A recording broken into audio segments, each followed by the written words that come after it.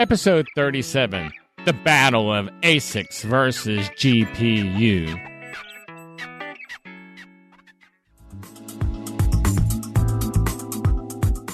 Interested in Bitcoin? Bitcoin is a very vague concept to a lot of people. Need to know more about cryptocurrency? We're going to talk about the basics. This is something that people just have no idea about what crypto is. How about buying, selling, and mining? Tony, I think that's one of the things that's going to make us a little different from some other shows. We're getting our hands dirty. Then listen to Gary Leland and Tony Sakala, better known as the Crypto Cousins, on the Crypto Cousins podcast.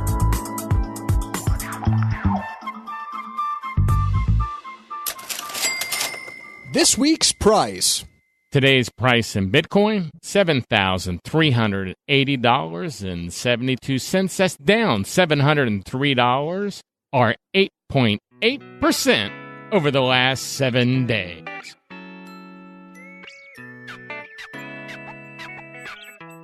Howdy. Welcome to the show. Welcome to the show. This is Tony Sakala. This is Gary Leland. I didn't know that you were there. I thought I lost you.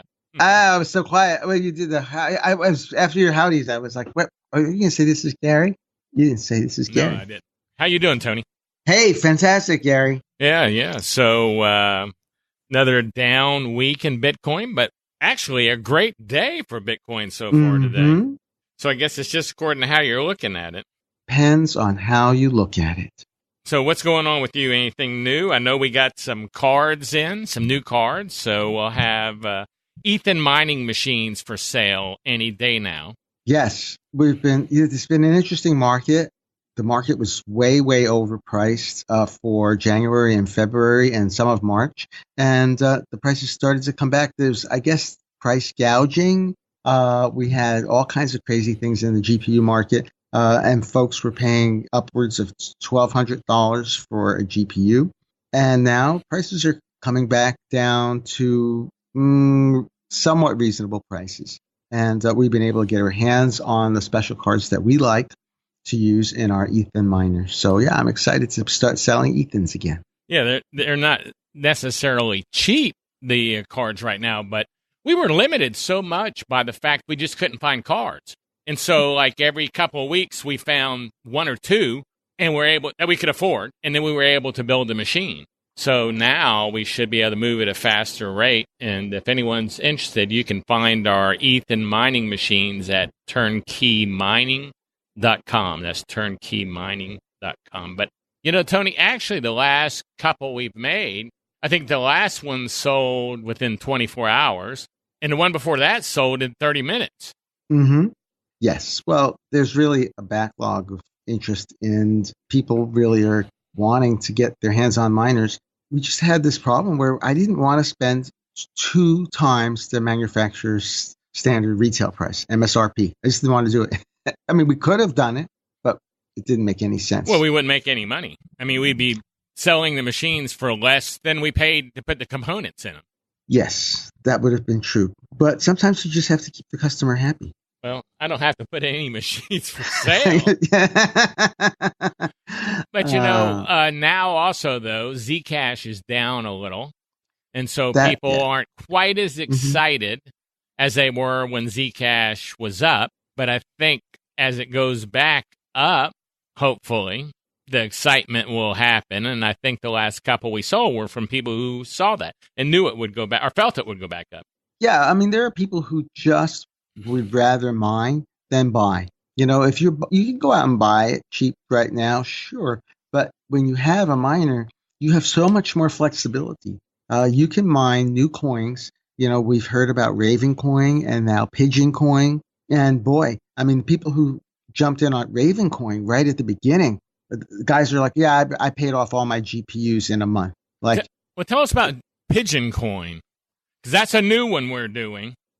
Pigeon Coin is an interesting project. It's a small project, just like I think there's this one software developer who decided that the Raven Coin algorithm was too hard on the GPUs and the system. Power supplies were burning out. GPUs were going on fire. I mean, it was crazy stuff was happening because it would go from 20% power requirement to another algorithm that was like 120% power requirement, and it was straining the GPUs.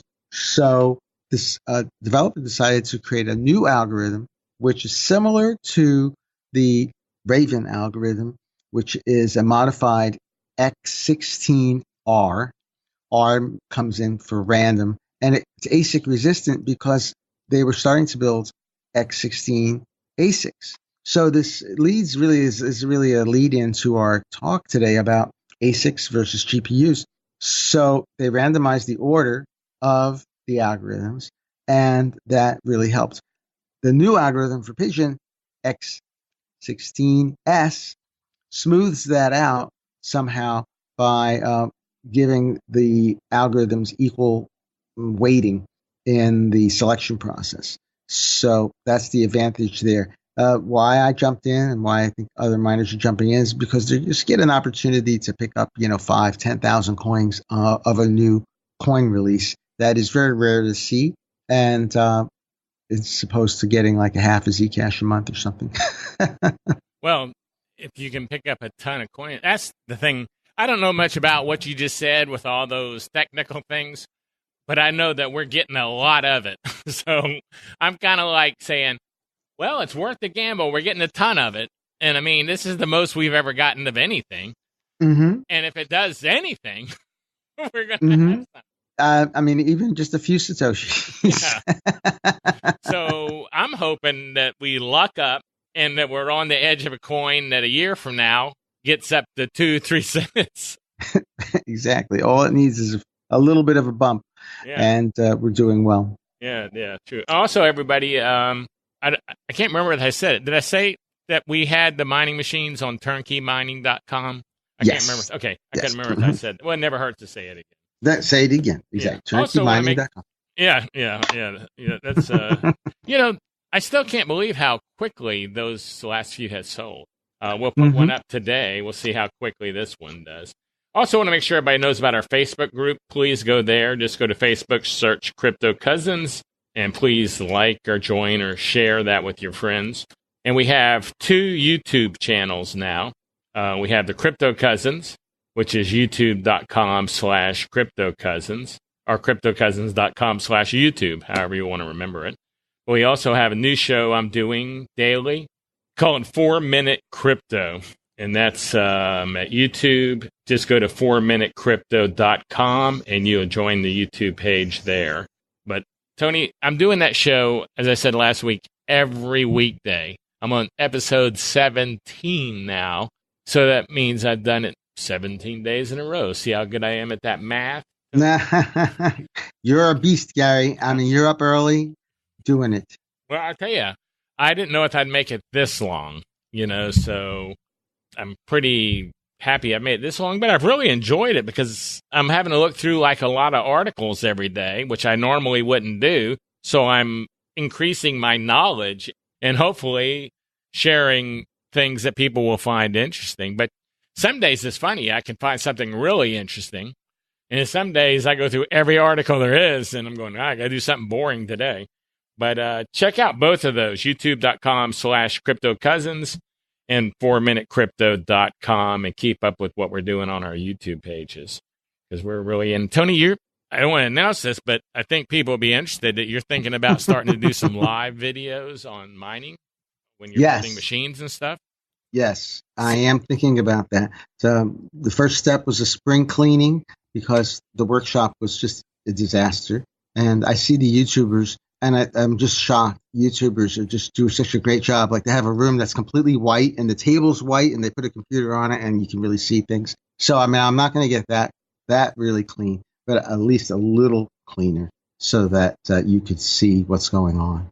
Well, when that happens, we'll let everybody knows, but I've been trying to push Tony into this for about a month and a half now. So at least. So now I'm bringing it up. Yeah. Now it's public knowledge. Yeah. So I'm hoping that'll help push everybody. Everybody needs to send Tony a message saying, hey, I'm waiting for that show, Tony. Thanks, Gary. Yeah, no problem at all. We all need. And anyone who likes what we're doing, we're trying to create content. A ton of content, educational content, basically, is our deal. But if you like what we're doing and you want to help support us, check out our Patreon page at cryptocousins.com/Patreon. We have quite a few people who donate once a month to us, or you just go to cryptocousins.com/donate, and you can send us some crypto if you want to. Don't get a lot of crypto donations, but if anyone wants to send them, we'll take them. Let's see. Yes, well, we've gotten a really great following on Patreon, and we've been very fortunate to have folks that appreciate what we're doing and that they are learning a lot from us. And I get it all the time. I was at a conference last night. I was in an event last night, and people were like, I know your face. I know it from YouTube. I was like, I've never had that before, Gary. I know you get it all the time. Well, I used to get it in the world of softball if I was at a softball event. So, but now it's kind of like you being, for you, that was kind of like me being at a softball event, you know, that you're recognized in your niche. If you went into 7-Eleven, now that's a whole different story. If you walk into 7-Eleven and someone walks up to you and go, I know you, you're a crypto cousin, then you kind of go, oh my gosh. But when you're in an event, that's your kind of niche, which last night's event was, it's not quite as rare, even though it may be not the norm. But it's really rare when you walk into something that's not your niche. But yeah, we're getting a lot of listens, a lot of growth. We're putting out a lot of content. We are.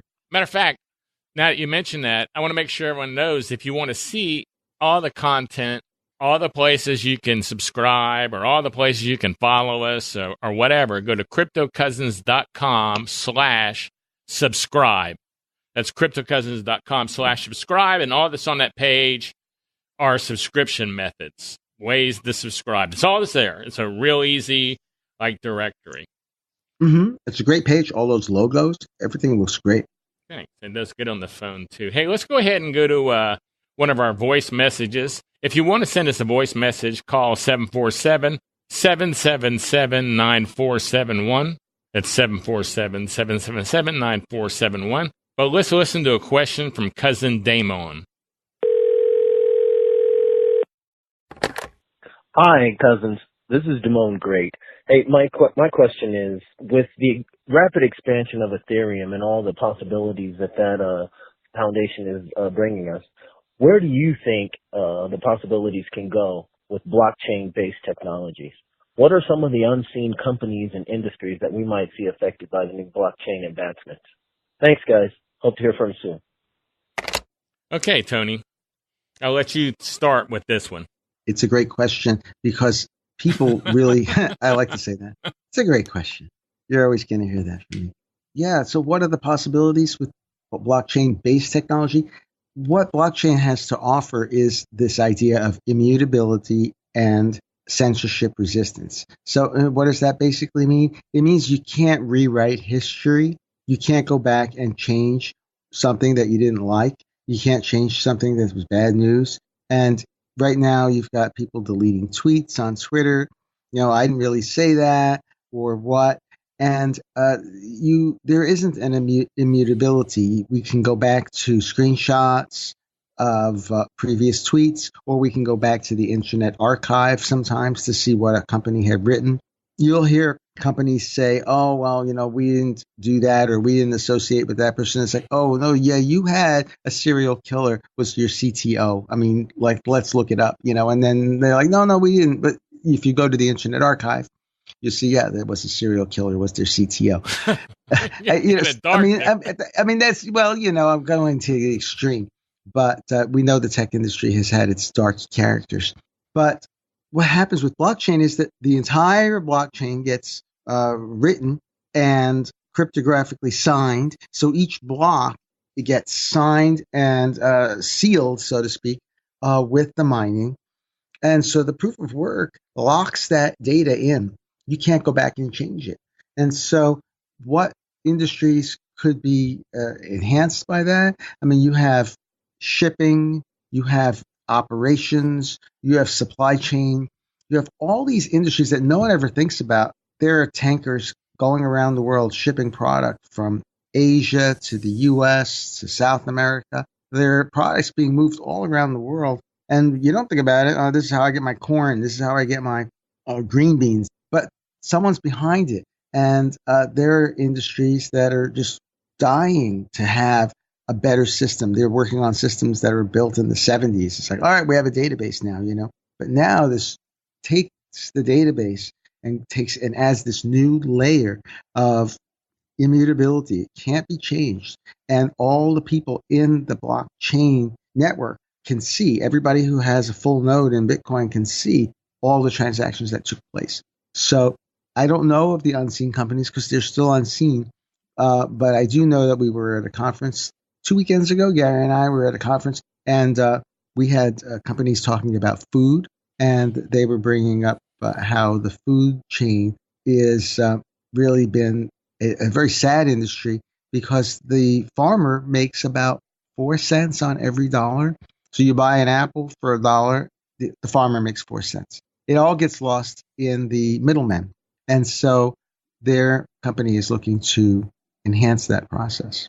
Well, I think an interesting thing I saw for blockchain, which I had heard mentioned before, but it's the first time I think I've seen it in action, is that West Virginia, I think maybe last week or next week or this week or at this point in history, in other words, did all their voting for state politics. They used blockchain for the military voting, which is the overseas voting, I guess, if you're stationed in Afghanistan or Germany or something. So all the government vote or the military voting was done on blockchain, which seems pretty good to me because that guarantees there can't be double voting. And if something is wrong, seems like you could track it down pretty easy because it's all in the blockchain permanently. So I would think if that works out for West Virginia, they may be the first state to actually do like presidential elections with the blockchain. That's a really great point because you don't want someone messing with the votes. And the voting machines have been shown time and again to be very easily messable. So, yeah. So that's a use for blockchain, Tony, the one with tracking the food and stuff like that. It's going to be into everything. I thought your Twitter one was a good point, too. There was a Twitter to use blockchain. You're not going to, ever get rid of anything. And there's a lot of talk these days about decentralizing Twitter, decentralizing all these social media platforms because people are not very happy with the role. And I don't think some of these media are happy with the role that they have to take in, someone said something mean about somebody from a different skin color, and so then that's hate speech. But if the president says something mean about somebody, then it's not hate speech because, he's the president. He can say what he wants, and we know that he's going to say stuff like that. But if someone else says something, where does the line get drawn?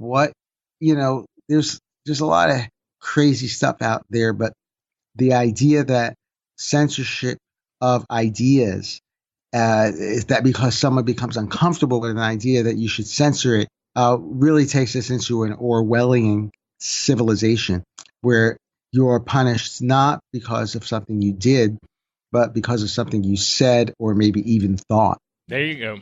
Hey, I hope that answers your question there, Cousin Damone. Tony's starting to get on his rants. Yeah, we're starting. We went from Ethereum to Orwell. Yeah, that's not hard to do. No. Also, we'll make sure everybody knows about I'm thinking about BitBlock Boom. That's our conference coming up for July. What is it? July 15th and 16th or 14th? 14th and 15th. The weekend of 14th and 15th, yes. That's in the Dallas-Fort Worth area in Irving. Check out bitblockboom.com. We've already got some great speakers and other great speakers on the way, but check that out and you might want to get your ticket. Or if you're someone who's interested in a sponsorship, look at the sponsorship page. But tickets and sponsorships are on sale and are selling. I'm kind of excited about BitBlock Boom, Tony. Well, you did a great job, Gary. You reached out to Pierre Richard, and he said he'll fly out from New York to come to this conference. So then it was not a hard step from there to get Michael Goldstein, also known as Bitstein, to come up from Austin. So we have the co-founders of the Satoshi Nakamoto Institute who will be talking about governance on the blockchain and other Bitcoin maximalist viewpoints. And so we're really excited to get that kicked off. Well, and you're in touch with some miners to do mining panels. We have a whole track planned for mining. We do, yes. They're still in the mines. They come up for air now and then, so we haven't heard back from too many of them, but we are in conversations with some. Yeah, so that list will be growing and growing and growing of people who will be speaking. But make sure you get your ticket because that is going to be a limited supply of tickets, especially the VIP ticket. And I wanted to update my Abra update. Remember 2 weeks ago? Oh, the ongoing drama. Yes. Yeah. 2 weeks ago, we had a show about Abra. Last week, I talked about my problems with Abra. For those who are following continuously, listening to the show, you'll understand. But Abra is an app, for those who haven't been listening, where you can buy crypto on your phone, and you can buy 5 purchases on a credit card, at least ways, of $200 per month. So you can buy $1,000 per month on your American Express. I bought 3 and couldn't buy any more. And I went through a long rigmarole with American Express. It was a half an hour call, transferred 6 times, finally hung up on, and still couldn't find an answer why I couldn't buy my 4th purchase. Well, Tony, that was like last Tuesday. A couple of days later, or since our last show, I was able to buy some crypto. So I made my 4th purchase of crypto for my 4th of 5 purchases I'm allowed during the month. So I'm taking the extra steps here, doing the hard work, and so you don't have to. Exactly. You're out there getting the arrows in your bank. So I bought my purchase because you can. Also, I didn't mention you could buy one $200 purchase every 24 hours and limit of 5 per month. So that was my 4th purchase. So I waited a couple of days, tried to buy my 5th purchase. No luck. Transaction denied again.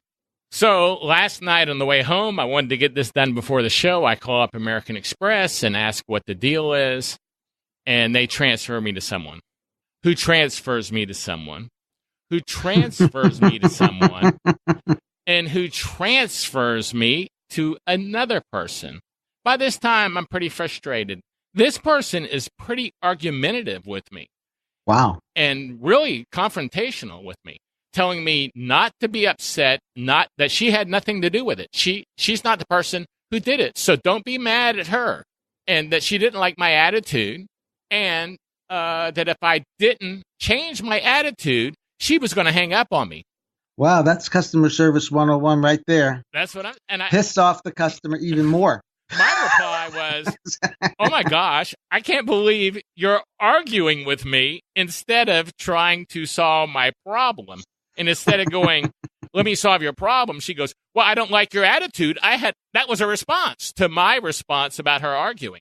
Wow. So after 3 or 4 minutes of this, I said, I can't remember exactly what I said, but I'm just in total shock that the American Express operator is arguing with me about my attitude. And she goes, if you don't change your attitude, I'm going to hang up on you. And I said, well, go ahead. Hang up on me. It ain't like you're hurting my feelings. And she hung up on me. I mean, what is that threat? I'm going to hang up on you. Oh my gosh, I'm so sorry. I could never have anyone hang up on me. That would make me cry. So maybe that works with these young kids now. I said, I'm 63. You're not going to hurt my feelings. So she hung up on me. So I call American Express again. And by this time, I'm home. So I'm sitting in the driveway on my phone. And someone answers. And I say, look, which I did the first time. I said, this is the 3rd time I've called. I've talked to 8 or 9 people so far. I just want to know why the transaction last Thursday for Abra was denied. It's not hard. It's not hard to not yell at the customer. I had to go through 9. That was the 3rd phone call, at least the 9th person. So that's my Abra update. I don't know why I can't buy from Abra, but according to American Express, whose service, even though that guy was great, I'm not going to dance over, is Abra is only allowing me to make 4 purchases for the month. So all you Abra users out there, and we had a lot of them message us, didn't we? Yes. More than anything else. And so that's where I'm at on Abra. I'd be curious, has anyone else been blocked without or am I the only person stupid enough to do it on a credit card and pay an extra 4%? Well, you're a pioneer, Gary. You're taking the arrows in the back for all of us. Well, it's not hard to pull it out of your bank account, but these credit card companies, I don't know. That was just weird. So, hey, I also had a question. What's your favorite social media platform. Going to another subject. That's it for my Abra update. Me personally, Gary, I'm a big fan of Twitter. You know me, I like everything to be brief and quick. So Twitter. Okay. I'm just trying to expand because I'm mostly a Facebook person. So I'm going to try to move into a second platform where I spend a lot of time. And I was just curious as to. So where do people, I know people can find us on Twitter at cryptocousins.com/Twitter. That's where you can find the Crypto Cousins. And I'm just Gary Leland, all one word. What's your Twitter handle? Same, my name, Tony Sakala, all one word. Yeah, okay. Mm-hmm. Okay.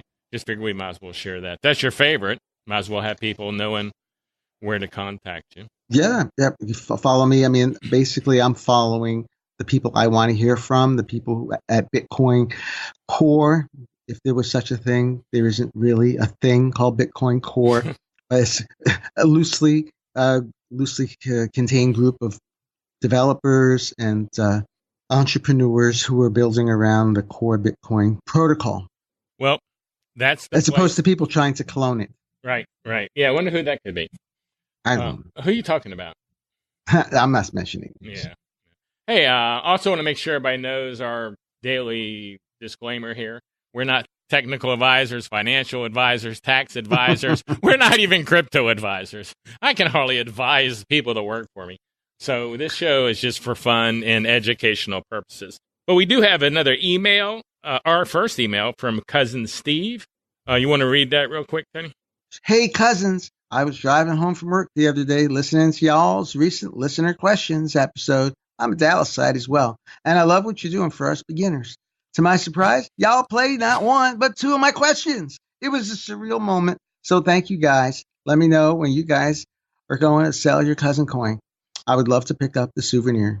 Wow, I noticed kind of a country twang in your reading there. Is that, well, there was a couple of y'alls in there. I thought I'd throw that in. Is that how Steve sounds? I perhaps, maybe. Hey, Steve, thanks for... Now you've been mentioned 3 times, Steve. You ought to be really excited now. You're one of our favorite cousins. Maybe because you're from Dallas. I don't know. But I saw that, and I thought that was a good question. And I think we answered this last week, but the cousin coins... And for those who don't know, our logo is a coin that was designed by someone who designs coins for the U.S. Mint. And we actually decided to have real coins made. So actually, there's a coin size of a silver dollar that's a Crypto Cousin coin. And Steve, if you're interested in Crypto Cousin, the coin, just go to cryptocousins.com/shop. And you can find the coin there along with other things that we have for sale. So I think the coins turned out pretty good. They certainly did. Well, I think we probably should get on with today's subject. We're probably a half an hour or so into this, and we still haven't got to the battle of the ASICs versus GPU. Did you like that, how I did it? You did a good job. You're really dramatizing it, which it really is quite a lot of drama. Let's get ready to rumble. So I told you were going to have to carry this part of the show. So let's get going. What's the deal here with the battle of the ASICs versus GPU? Well, Bitcoin started out, you could mine it on your laptop. You know, let's go way back. I mean, Satoshi was mining a bunch of Bitcoin at the beginning when it was worth not even a penny. And the guys who were doing Bitcoin development could mine on a laptop, and it was fine. But as you add more computers to a network, if you want to keep the same 10-minute interval, you need to make it harder to do the mining. And that's not hard with math. You just add a few variables and say the number needs to be this or that, and you make the mining puzzle, more difficult. So the core of it is difficulty. Difficulty, we did a video on difficulty a couple of weeks ago, and we talked about what difficulty is. So what happens is it's an arms race. Now you need a faster computer. And so technologists decided, hey, this is about money, so we'll make a faster computer. And they made a chip. They started using GPU chips, graphics chips that people use to play video games on 4K monitors. And that worked out well until the next guy said, you know what, I can make an FGPA chip that'll work even faster, which is a field programmable gate array. And so they made those. And then somebody said, you know what? I'm going to go into the factory and make an ASIC. an application-specific integrated circuit. And those are just basically good at one thing. They can do a SHA-256 algorithm or an S-crypt algorithm or some of the other algorithms that the coins use, such as, well, we'll stop there. Because once you get into the other algorithms, basically there's two types of algorithms. Algorithms that use fast chips or algorithms that use a lot of memory. And what has happened is some of the coins said, we don't want to go ASIC. We're going to use a lot of memory. And so we're going to be ASIC resistant. So you have Equihash, which is something that Zcash and dozens of other coins use. And you have Ethereum, or ETHash, is another algorithm that uses gigabytes of memory that you have to download a big file. And that works as well with the GPUs, the graphics chips. But the ASICs can't do that. An ASIC box might have 72 chips in it, and they don't have the memory to do that sort of thing. So those algorithms are called ASIC resistant. So what happens with technology, spy versus spy, tech versus tech? ASIC builders start to build ASICs for some of these algorithms that no one ever thought would be built for. And last year, the SIA project, SIA, was not being used as an ASIC, but the developers of SIA spun off another company called Obelisk, and they started making the SC1. They announced the SC1 as their own ASIC for SIA mining. In comes the bad guy with the black hat, a company called Bitmain, and Bitmain is owned by Jihan Wu. Jihan Wu developed this company to build ASICs around Bitcoin, and they've been delivering Antminers for many years, and the Antminer has been basically the core of the Bitcoin mining network. They announced that they're going to do their own Antminer A3 for SIA. And there becomes this battle or tension between the people who developed SIA and the people at Bitmain. And after much consideration and discussion, the developers behind SIA decided not to invalidate the A3 miners via a soft fork. And they were excited to move together and allow it. So you had this coin adopting Bitmain and kind of welcoming them because, of course, they had started doing their own ASIC, so they couldn't really be ASIC antagonists. So fast forward to January, and Monero, the privacy coin, is being mined by GPUs, graphics cards, all around the world, and people are very happy. They're using an algorithm called Kryptonite. Kryptonite is the algorithm that runs on CPUs and GPUs, and it is a very ASIC-resistant algorithm. Well, up until maybe last summer, when someone discovered that the hash rate was going up a lot, and no one really knew why. But people are assuming that maybe Bitmain was secretly mining Kryptonite with their own ASIC miner, quietly making multi-millions, maybe hundreds of millions of dollars. And they said, oh, no, it's not us. It's probably botnets and other people are doing, some of the mining. It's not us. Well, in January or a couple of weeks ago, maybe it was March or February, Bitmain announces that they do have a miner, an ASIC miner for Kryptonite, and it runs faster than 300 GPUs, and it uses 500 watts, which 300 GPUs would use thousands and thousands and thousands of watts. So unlike the SIA people, the developers behind Monero say, no way, we're going to fork. We are not going to allow this miner. So they announced a proof of work fork, and Bitmain's $12,000 ASIC miner is now a paperweight, at least with regards to Monero. So that's where we were at until a couple of weeks ago when the rumors began that Ethereum was going to be the next target for Bitmain, that they were going to build an Ethereum miner. And so the question is, will Ethereum fork to prevent Bitmain from developing a miner for the Ethereum network? So at this point, it's a lot of speculation. Nobody knows for sure, but there's people say that it's going to happen. So in a nutshell, that's the drama of ASICs versus GPUs. The argument is that if one company owns all of the mining power, then the blockchain is no longer decentralized.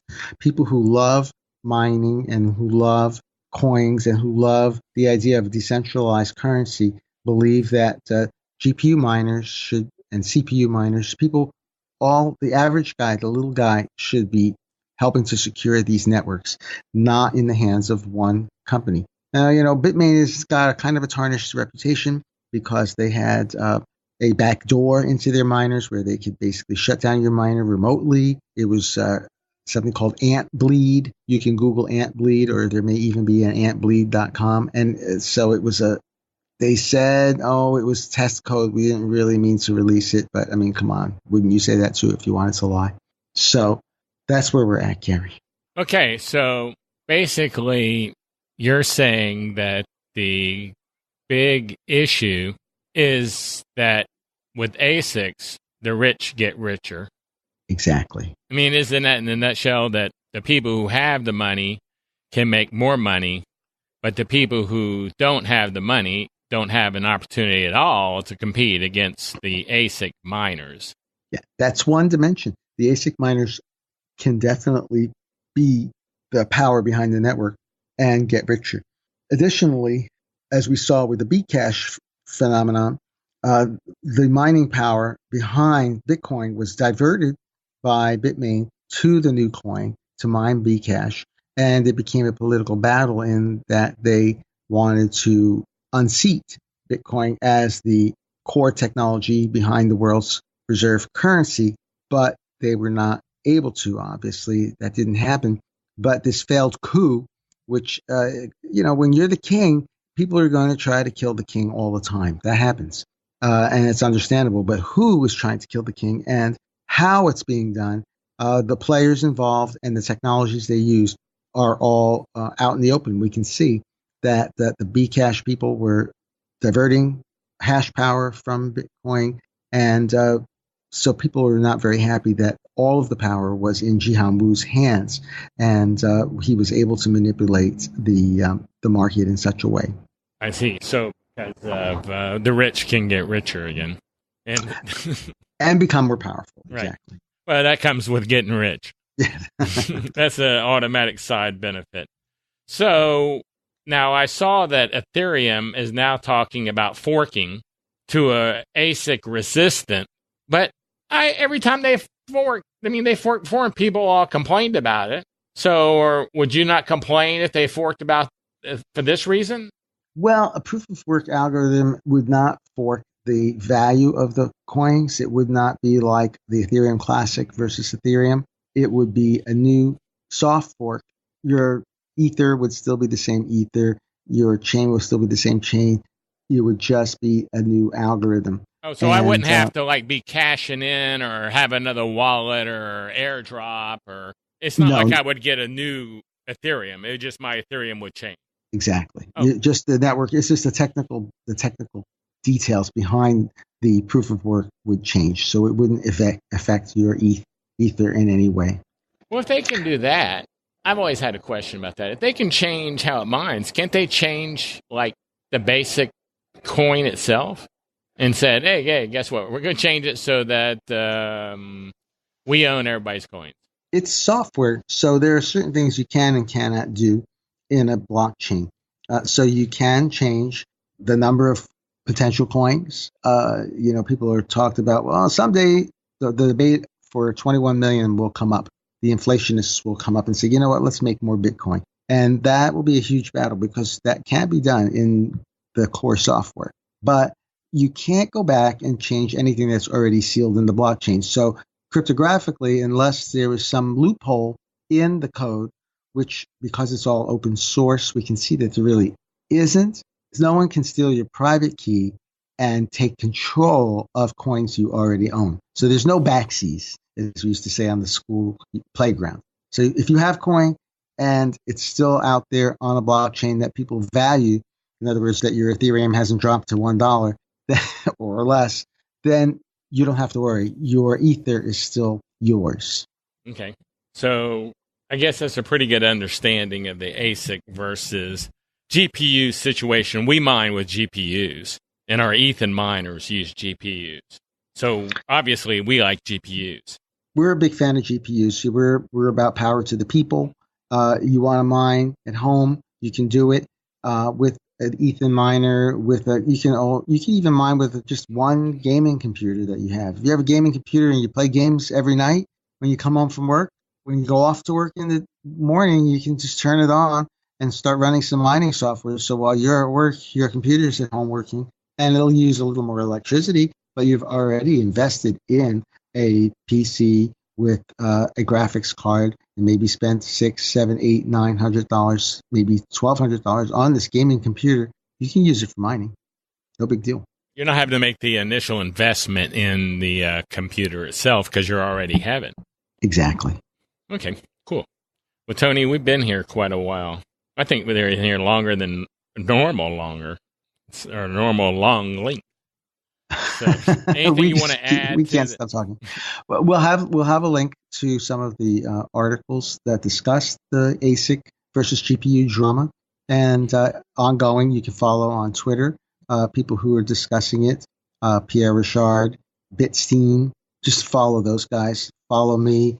I'm always listening. I don't chime in too much on some of these debates, but you will hear from people in the field discussing it. Just go to Twitter and you can find the debate. Just put a hashtag Bitmain or put a hashtag out there, ASIC, ASIC, and it's like a search engine. Twitter's like a great search engine for that sort of thing, and you'll start to see the tweets. Okay, sounds good. Well, Tony, we need to get out of here. I hope everybody enjoyed today's show. A big thanks for everyone for listening, subscribing. Hey, before we leave, we want you to go to, if you're on iTunes, scroll down. I say this every week. Get on your phone, scroll down, swipe up or whatever, and look down there and you'll see where you can give us reviews and a comment. Do that. Mm-hmm. Yeah, and if you like us, you can give us a 5-star review. If you don't like us, then you probably won't go to the trouble. Well, you probably aren't listening by now. You don't like us, you probably already switched shows. So thanks, everyone. Don't forget to call, leave us a comment or a question, 747-777-9471. And that's it for me. Anything else before we get out of here, Tony? I think we covered it for today. Okay, thanks, everyone, for listening. Thanks for listening to the Crypto Cousins podcast. Please share this podcast with anyone you know that is interested in cryptocurrency. Your friends can subscribe on iTunes at cryptocousins.com/iTunes and on Android at cryptocousins.com/play. If you want to know more about Tony or Gary, just go to tonysakala.com or garyleland.com. Make sure and join us on the next episode, and thanks for listening.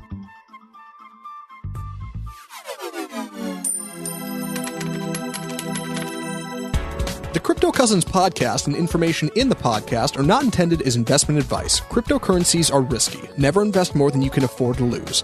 Always seek professional advice before making any investment.